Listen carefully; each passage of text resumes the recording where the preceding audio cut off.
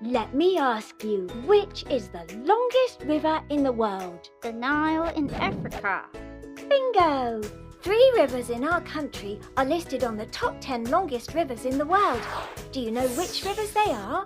Changjiang, Huanghe, and Heilongjiang. Hey, wait a minute.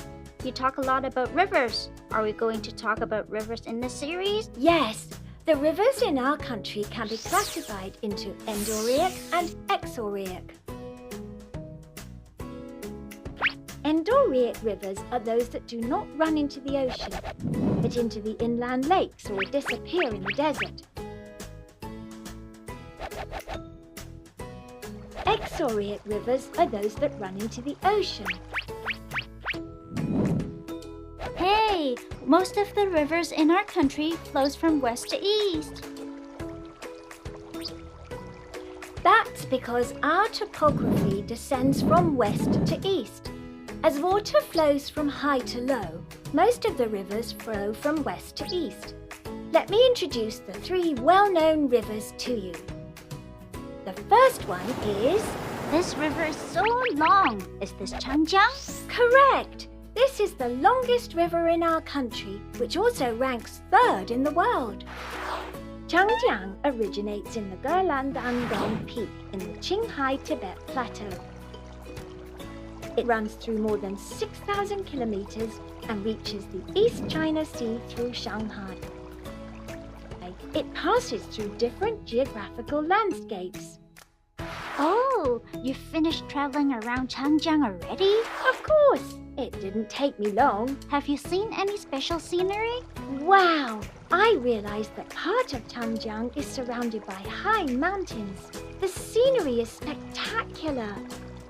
You are talking about the 3 Gorges. The 3 Gorges is located in the middle course of Changjiang. They are Chutang Gorge, Wu Gorge, and Xilin Gorge. The breathtaking scenery of the 3 Gorges has made it always a tourist spot since ancient times. Regarding these 3 gorges, we must talk about the 3 Gorges project. The project offers the functions of flood control, hydroelectric power generation, and raising transportation capacity. After talking about Changjiang, let's move on to the 2nd longest river in our country, Huanghe. Originating in the Bayanghar Mountains in Qinghai Tibet Plateau, Huanghe flows through around 5,000 kilometers and enters into the Bohai. Is the water of Huanghe really yellow in color? Huanghe flows through the lowest plateau in its middle course. Despite the thick soil layer, the loose lowest soils are easily eroded by the river water, turning water in Huanghe yellow in color from here. Although Huanghe is the 2nd longest river in our country, its annual average discharge is small due to the relatively low amount of rainfall in North China. In addition, the rapid development along the river creates water stress, leading to the drying up situation in the lower course of Huanghe in the past. What can we do then? Since there is the construction of Xiaolangdi Water Control Project to regulate the water flow, the drying up situation in Huanghe has been improved. That's great! How about Zhujiang, which is near Hong Kong? Different from Changjiang and Huanghe, Zhujiang originates in the Yunnan-Guizhou Plateau. It flows through more than 2,000 kilometers and enters into the South China Sea. Zhujiang is a bit shorter in length. Is the discharge small? No, as the amount of rainfall is larger, in the area around Zhujiang, the discharge is larger. Hold on, there are 3 rivers. Which one is Zhujiang?